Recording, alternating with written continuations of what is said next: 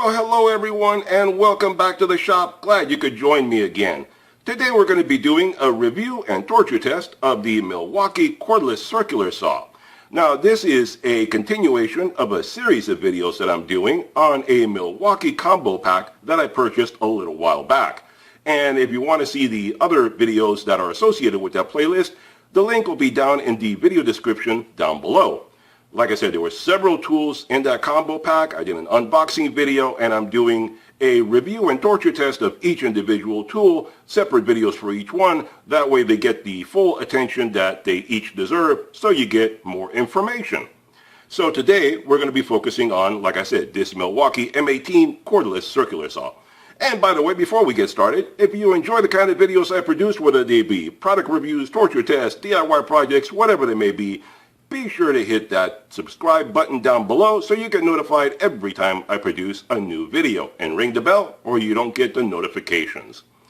Anyway, so this is the Milwaukee M18 brushless battery operated circular saw. This is item number 263120 and is part of their M18 line, like I said, and this is a 7 1/4 circular saw. So this is a full-size circular saw. Okay, this is not one of the small ones. So, you know, I've done reviews on other circular saws and other products and stuff out there, and you can check out the playlist that I have for each and every different one that I have. And like I said, they'll each continue expanding over time as I get more tools.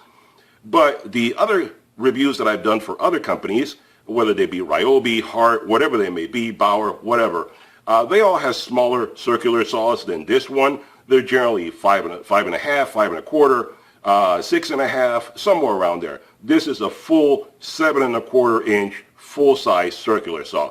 So it's not really an exact comparison between this one and the other ones, but what you can do is look at it this way.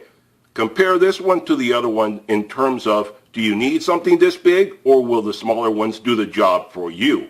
The important thing is not so much the tool itself. A lot of people get hung up on that. They concentrate, they focus too much on what the tool can do. The important thing is, what can the tool do for you? Is it something you really need? Do you really need a monster of a saw to cut all sorts of stuff that you're never going to cut? Or will a smaller saw do the job for you? So look at it that way. And the reason I'm doing the Milwaukee line is because TTI owns Milwaukee. They also own and produce tools under the Hart brand and Ryobi brand. So this way, it's an apples-to-apples comparison between Milwaukee, Hart, Ryobi, etc., etc. But always pick the best tool for you. That's all that really matters in this whole game. Anyway, so like I said, this is a 7 1/4 inch circular saw. It is brushless technology. It has a no-load RPM of 5,000. The arbor is 5/8. The blade 7 1/4, like I already said. The depth of cut at 90 degrees is 2.5 inches. The depth of cut at 45 degrees is 1 7/8 inches. The blade guard, this part right here, is magnesium, and that's not an assumption on my part. That's what the specs say in the owner's manual. And the shoe down here, this part is aluminum. So they tried to make it lighter weight by not using steel or plastic or whatever, because this is more made for the contractor. The length of the unit is 13 inches and it weighs, without the battery, 7.2 pounds. And like I said, this is focused on the contractor. One of the things that points to exactly that it's made for the contractor and for carpentry use around the job site is this little item right here. This, believe it or not, is a rafter hanger. So in other words, if you're up on the roof somewhere working on rafters or something like that, and you have no place to put down your tool, what you do is you pop this up and then just hang it on a rafter. And that way you don't have to stumble and fumble and try to figure out where to put it. You just hang it on the rafter, just pull it back out, and away you go. Continue with your work. But like I said, this is a full-size saw. To give you an example, this is the blade that came with it. And this is the blade from the Ryobi that I reviewed earlier. You can see the difference in the size of the blade. Now this may be perfectly fine for a lot of projects that you may do around the house and stuff like that. But for the professional, the semi-pro, and even for the guy around the house, guy, gal, whoever, the person working around the house. Depends on how much you really want to get into, how deep you want to get into projects. If you're going to be cutting just, some boards and stuff like that, this will do fine. If you're going to be cutting 2x4s, 4x4s, 4x6s, 2x10s, whatever, you want a big one. That's definitely what you want there. So we'll get into that later.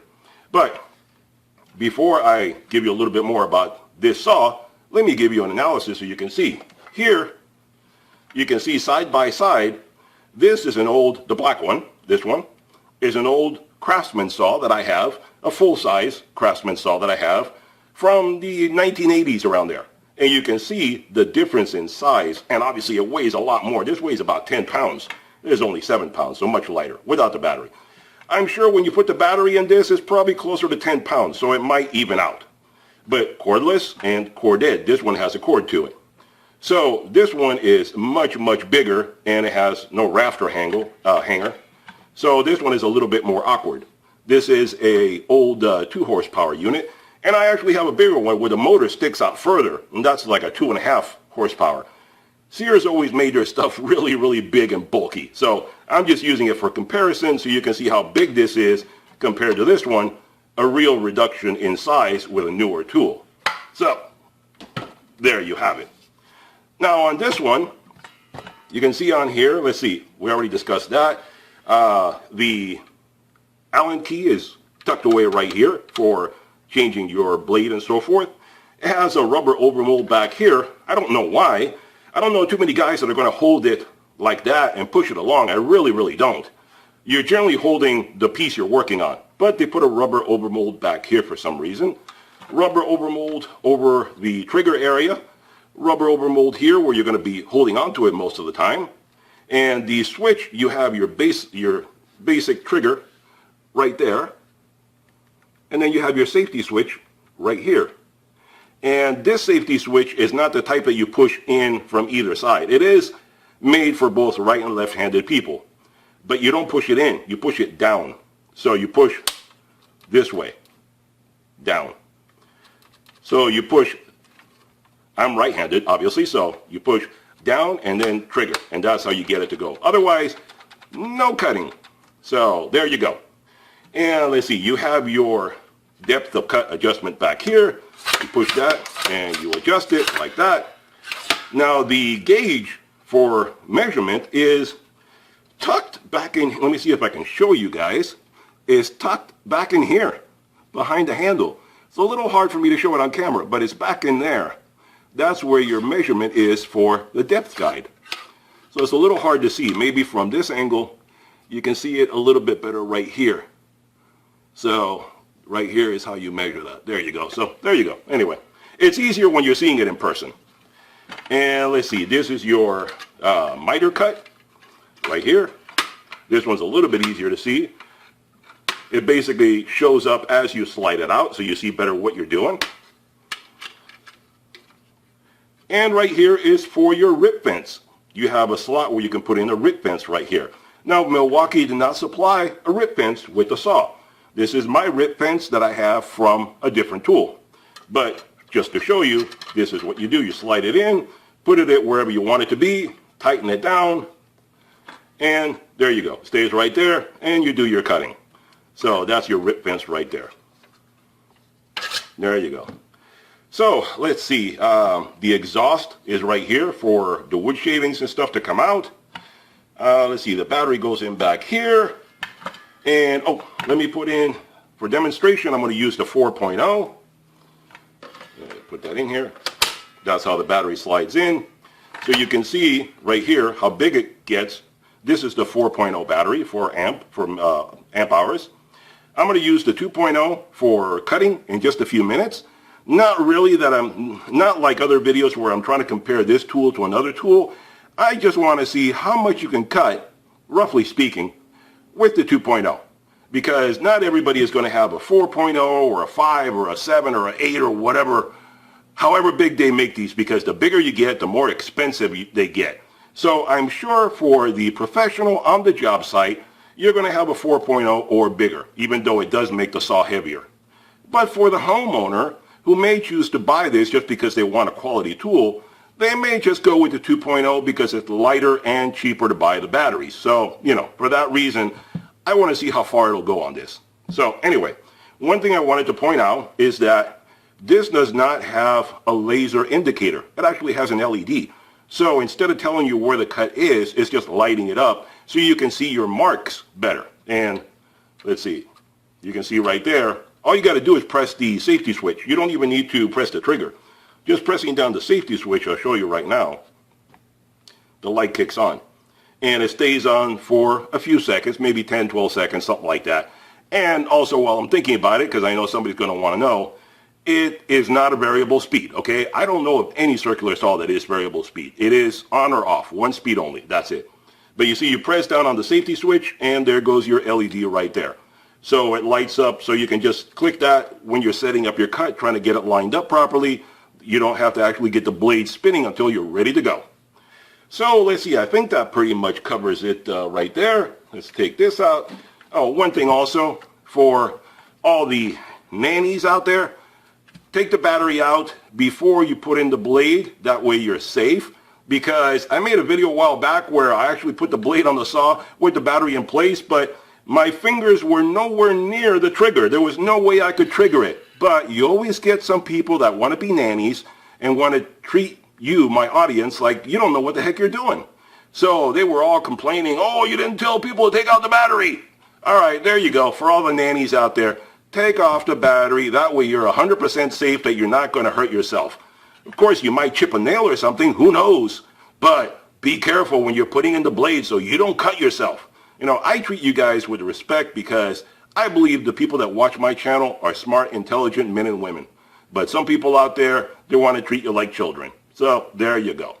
Anyway, let's put the blade on this puppy here. Let's take the key out of back here. Snap it out of here. There we go. And put the blade on here. Oh, and also the arbor lock is down in here. So you have to lock it so you can change the blade. So let's do that right now. Whoa!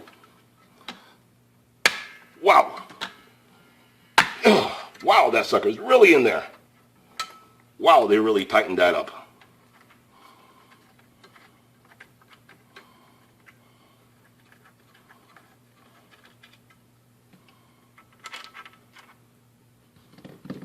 And here you have the blade supplied by Milwaukee. And where is the opening on this? I guess it doesn't have one. Wow. There we go.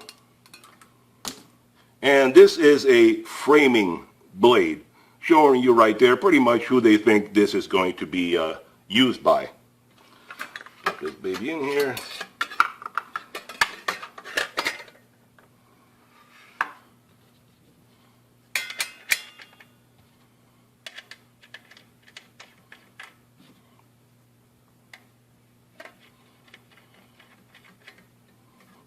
I didn't mean to go on a rant earlier, what I said about the nannies. I'm just pointing it out for your amusement and entertainment. Anyway, let's tighten this baby up.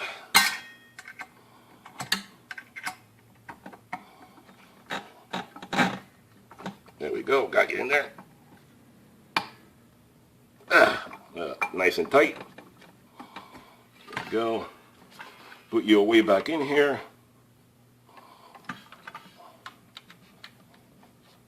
There we go. Now let me just make sure it works properly before we go. Battery's in place. Keep your fingers away from the blade, people. Don't get hurt, okay? And, whoa, whoa. And the cool thing about it is that it has a brake to it. So when you let go, it stops. Not like the older saws, like my Craftsman, will just keep spinning around until, you know, takes care of stopping itself. Anyway, let's take this baby outside and do some cutting and see what it can do.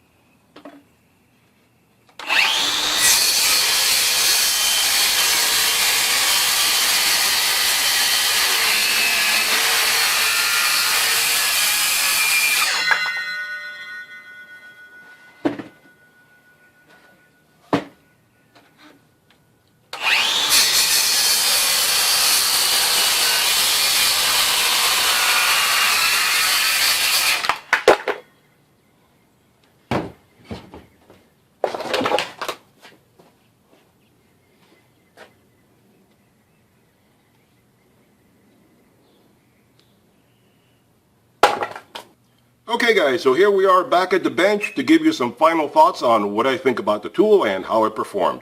Well, a couple different things to explain.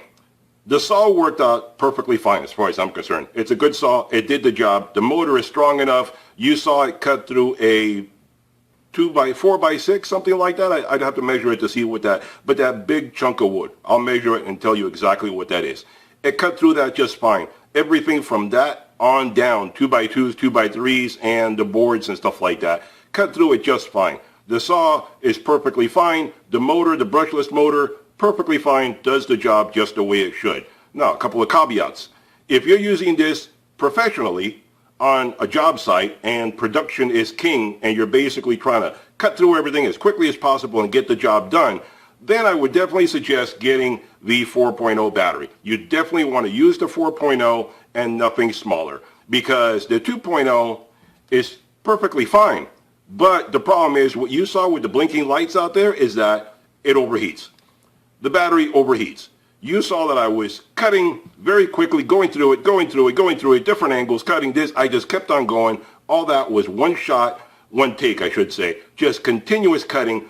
I didn't slow down. I pushed it through. I didn't bother with it. I just kept putting it through to see what it would do.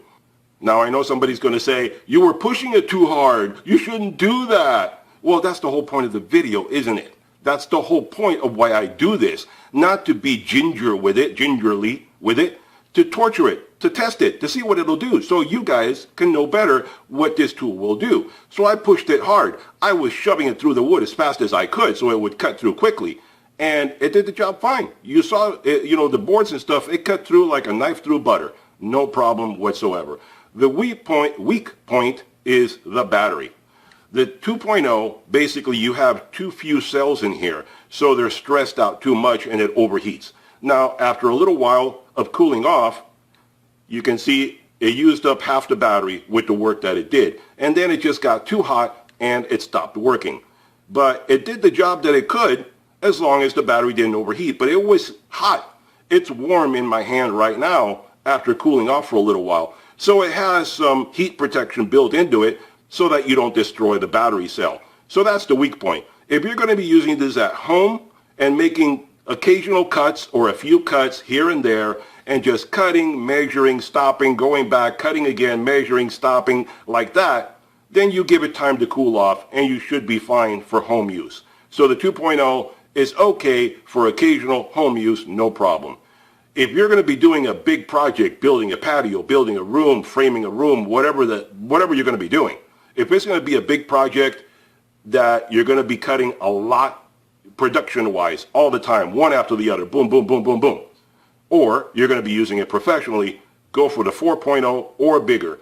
The beauty of this is that you have more cells stacked up inside here, and that way no one cell or two cells takes the brunt of it.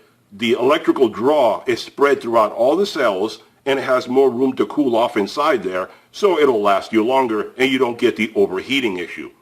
So that's basically the way I look at it. Good saw for the money, should be durable. I have no complaints about it. I thought it worked fine using it with the bigger battery. If you're a part-timer DIYer, no problem with the 2.0. If you're really into it, go for the bigger battery. You got it. That's the only way to do it.